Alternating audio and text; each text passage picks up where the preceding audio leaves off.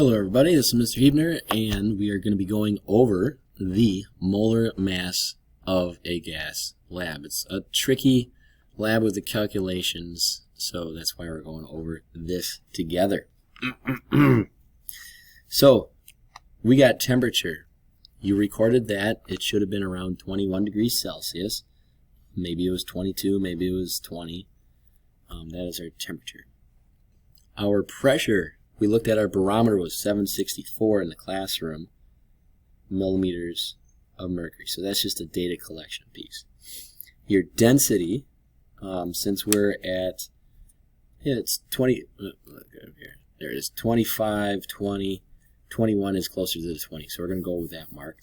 And 764 is closer to 760 than 770. So we're going to go with the 1.21. You know, it might be slightly different, but it pretty much it's going to be 1.21, even though our numbers are off from these on the table. And that's grams per liter. Weight of the flask, cover, and air. So that was just your initial mass of the flask and the cover. And of course, there's air in it. That's going to be different for everybody. So I'm going to use one group's data, and they had, what was it? 114.98. And that's grams. So that is their mass of their cover flask initially before they do the experiment. It has the air in it. What other data piece can you collect from this lab? Well, really, there wasn't really any data other than this except for the ending mass of your flask and your cover, although also the volume of the flask you need to get to. But recording the aftermass, I'm going to switch this. I updated it for future years. We got weight of flask and cover plus the gas, so that's your aftermass. And this group, everyone's going to have a different number, but this group had 115. I would write your number down, 07. These are both grams. I don't need to put grams here, but because we got it in the table heading, just so we don't forget what these values are. All right, and then also the volume of air displaced and the volume of gas at room temperature. So your flask has a volume of air in it, and it also has a volume of unknown gas at the end. That volume is going to be the same for both of them because it's the same flask. The volume is not changing.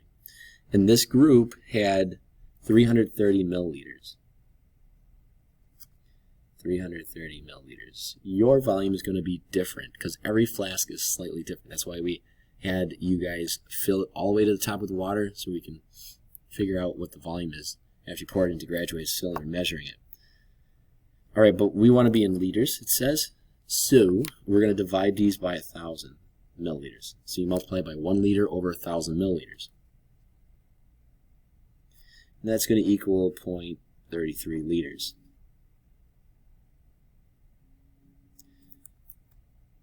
All right, from here, we're going to do some calculations. All right, so doing these calculations, these questions aren't as user-friendly. So what we got going on is just checking to make sure this is on the screen. I'll have to see if it's, hopefully it's on the screen and it's not, don't have to redo this video. This is the updated version. Trying to make it as user-friendly as possible. We find the weight of the air in the flask by taking your flask volume x density.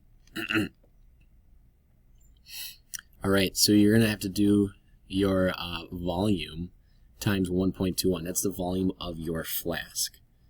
All right, so our volume of our flask, we'll just zoom up on here. I'm just going to use this as a place to write. Was 0.33. Your volume is going to be different. So you write whatever your volume was. So we got 0.33, a little blurry. All right. And we're going to times it by our density, which we said was 1.21. 1.21 density is grams. Grams per liter. All right. Grams per 1 liter.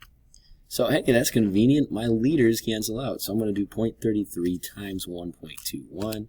0.33 times 1.21. 0.3993. 0.3993 grams. What do we just find here? We just found the weight of the air. Okay. Next question on user-friendly version. Find the weight of the empty flask and cover by subtracting your weight of air from your flask / cover / air mass.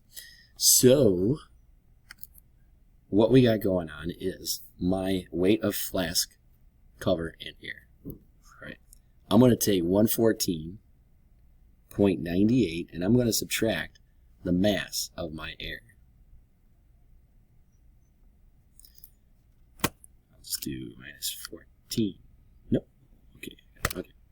114.98 minus 0.3993. All right, so that's 114. Okay, let's do this again. 114.98 minus 0.3993.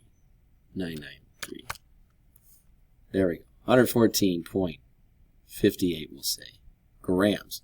That is the mass of flask and cover. Flask and cover. All right, the next question. Find the weight of unknown gas by subtracting the flask cover mass from your flask cover unknown gas mass. Okay, so what does that mean? We're going to take our gas plus flask and cover, which is 115.07, and we're going to subtract the mass of the glass portion and the aluminum cover portion only, not the air portion, which we found was 114.58. All right, so 115.07 minus 114.58 is 0.49. I'm just putting it here because it's a piece of paper to write on. This is mass of gas. So I guess we could put it here, weight of gas X, 0.49 grams. All right. Next, find the no, don't do that. Let's see. What's this next one? Okay, utilize. So we could just go from there, but we want to use 22.4 liters as our value. In order to use 22.4 liters, it has to be under standard conditions, which it's not. It's so close, but it's not. So it gives us an opportunity to do one of the best mathematical equations there are in science, and that's the combined gas law. But since temperature has not changed throughout the entire experiment, temperature is constant, and really what we got left is Boyle's law.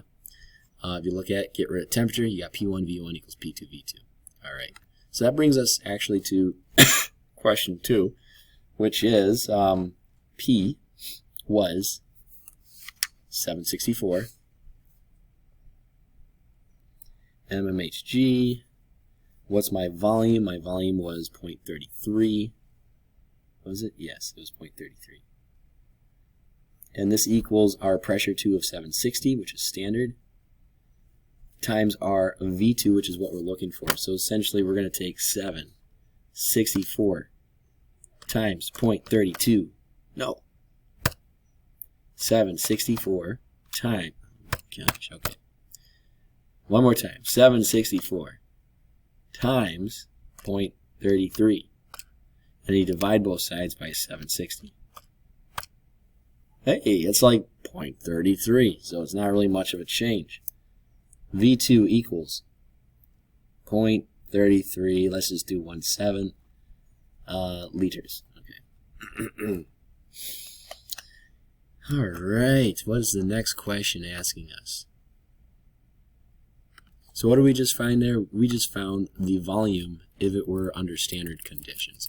And when we do that, we're allowed to use 22.4 in our last calculation. But it says find the density of the gas. So we got to find the density at STP.